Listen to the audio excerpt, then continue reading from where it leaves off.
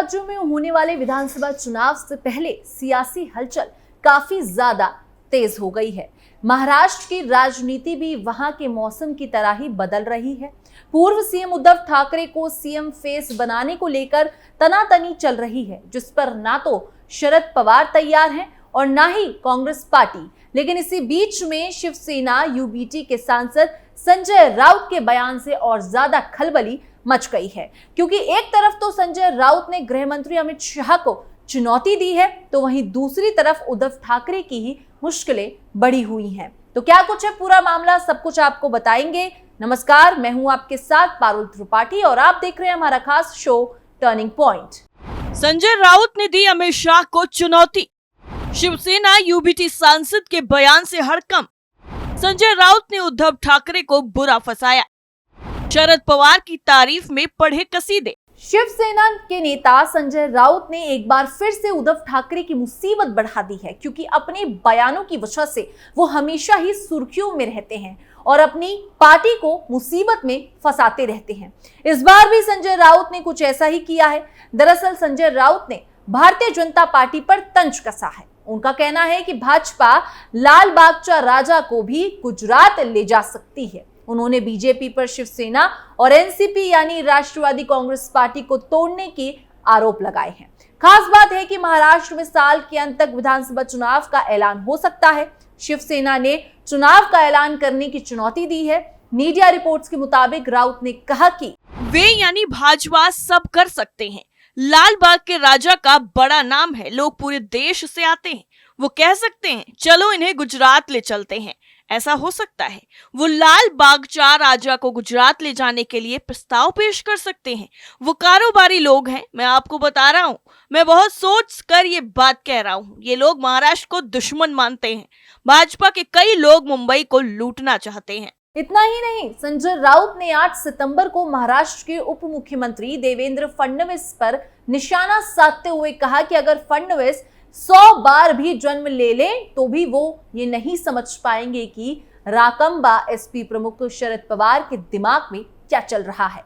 राउत की इस टिप्पणी के कुछ दिन पहले फडणवीस ने दावा किया था कि शरद पवार ने राज्य विधानसभा चुनावों से पहले मुख्यमंत्री पद के लिए 3 से 4 नामों को चुना था, लेकिन उद्धव ठाकरे उनमें शामिल नहीं थे। संजय राउत ने कहा कि क्या 2019 में फडणवीस को पता था कि शरद पवार क्या सोच रहे थे और क्या योजना बना रहे थे।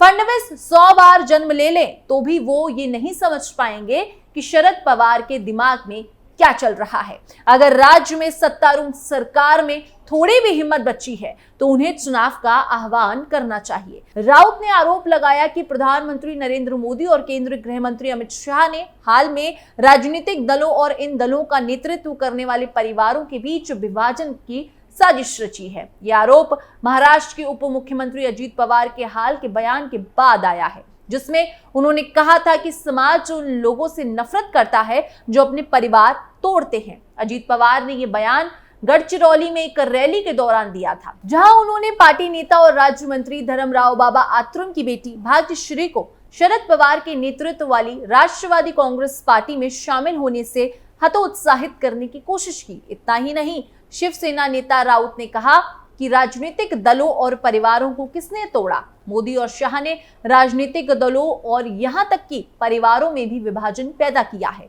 वो एकनाथ शिंदे और अजीत पवार इसके शिकार हुए हैं। उन्हें ये स्वीकार करना चाहिए कि उन्हें धमकाया गया, दबाव डाला गया या अपनी पार्टियों से अलग होने के लिए प्रलोभन दिया गया। राउत ने दावा किया कि चाहे वो उद्धव ठाकरे के नेतृत्व वाली शिवसेना हो या शरद पवार की राकंबा, दोनों पार्टियों ने कई वर्षों तक शिंदे और अजीत पवार को पर्याप्त अवसर दिए हैं, लेकिन उन्होंने दल बदल करना ही बेहतर समझा।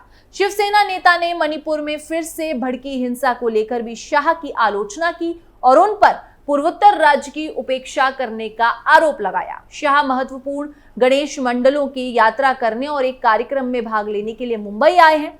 राउत ने कहा कि मणिपुर में फिर से हो रहे हमले और महिलाओं की निरंतर पीड़ा के बावजूद केंद्रीय गृह मंत्री मुंबई में हैं। उन्हें यानी कि शाह को मणिपुर जम्मू कश्मीर जाना चाहिए। मुंबई में उनका क्या काम है?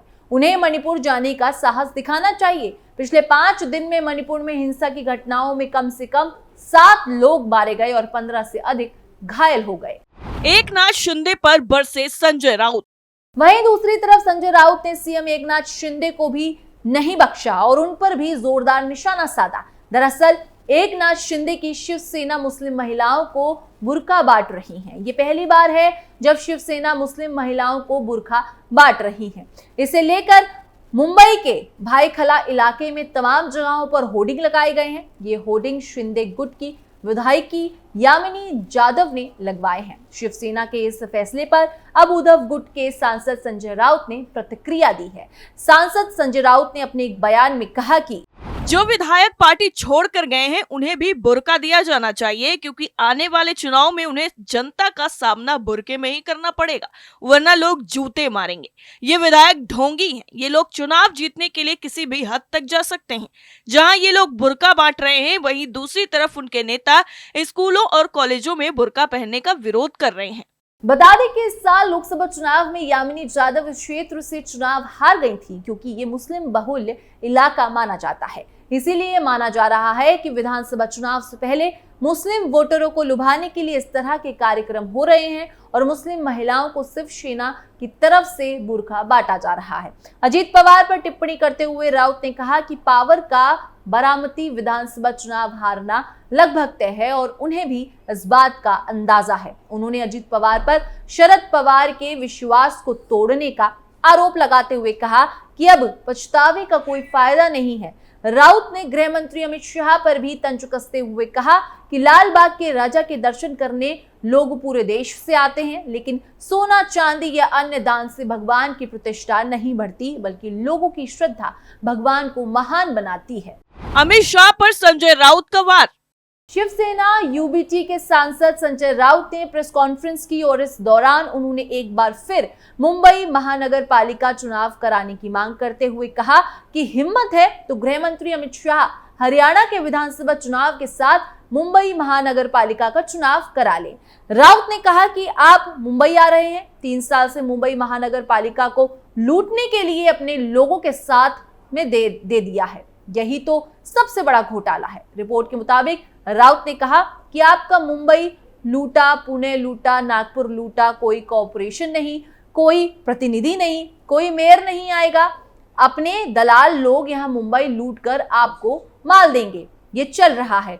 राउत ने आगे बड़ा आरोप लगाते हुए कहा कि ये लोग कुछ भी कर सकते हैं। लाल बाग का राजा इतना बड़ा नाम है, लोग आते हैं। लाल बाग का राजा भी गुजरात में लाने का प्रस्ताव दे देंगे। बहुत ही सोच समझकर बोल रहा हूं। ये अपने आप को महाराष्ट्र के दुश्मन मानते हैं। शिवसेना यूबीटी सांसद ने आगे दावा किया कि बहुत से ऐसे राज्य हैं जो ये लोग लूटना चाहते हैं। गृह मंत्री अमित शाह का काम है सबको समान न्याय देना है, लेकिन पार्टी तोड़ने, न्यायालय और चुनाव आयोग के ऊपर दबाव बनाने का काम देश के गृह मंत्री कर रहे हैं। रिपोर्ट के मुताबिक अजीत पवार के बयान पर संजय राउत ने कहा कि अभी ये पोपट बन गए हैं। सभी ने अपनी एजेंसी बना ली है। शिंदे गुट में 2 एजेंसी हैं। अजीत पवार की एक एजेंसी है, जो उसकी एजेंसी बोलेगी उसके बाद वो बात करते हैं। अब आपको ये बोलना चाहिए, अभी आपको ये बोलना चाहिए, अभी आप ये कपड़ा पहनना चाहिए। ये चल रहा है महाराष्ट्र में, ये आपने भी देखा होगा। वहीं मणिपुर मामले में संजय राउत ने कहा कि मणिपुर में हमला हो रहा है, मणिपुर में आज भी महिलाओं के ऊपर अत्याचार हो रहा है और देश के गृह मंत्री मुंबई आकर मजे उड़ा रहे हैं। मणिपुर में जाओ, आप जम्मू कश्मीर में जाइए, मुंबई में आपका क्या काम है? आप मणिपुर में जाने की हिम्मत दिखाइए। शिवसेना के नेता संजय राउत अपने तीखे बयानों के लिए जाने जाते हैं, लेकिन इस बार उनके बयान उन पर ही उलट भारी पड़ते हुए नजर आ रहे हैं। दरअसल हाल में संपन्न लोकसभा चुनाव में बीजेपी की अगुवाई वाले गठबंधन को तगड़ा झटका लगा था। उद्धव ठाकरे, शरद पवार और कांग्रेस के गठबंधन को ज्यादा सीटों पर जीत हासिल हुई थी। इसके बाद से महाराष्ट्र में विपक्षी गठबंधन में जोश का आलम है। बता दें कि महाराष्ट्र में इसी साल विधानसभा चुनाव होने हैं। उम्मीद थी कि इसकी घोषणा हरियाणा और जम्मू कश्मीर के साथ कर दी जाएगी, लेकिन ऐसा नहीं हुआ। महाराष्ट्र में विधानसभा चुनाव को लेकर अभी तक ऐलान नहीं किया गया है। टर्निंग पॉइंट में फिलहाल के लिए इतना ही। बाकी देश और दुनिया की तमाम खबरों के लिए आप देखते रहिए कैपिटल टीवी।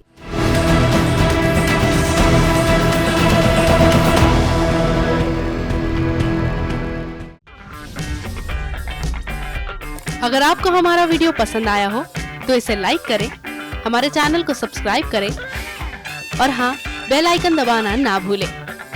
ताकि आप तक हमारे वीडियो की नोटिफिकेशन पहुंचती रहे।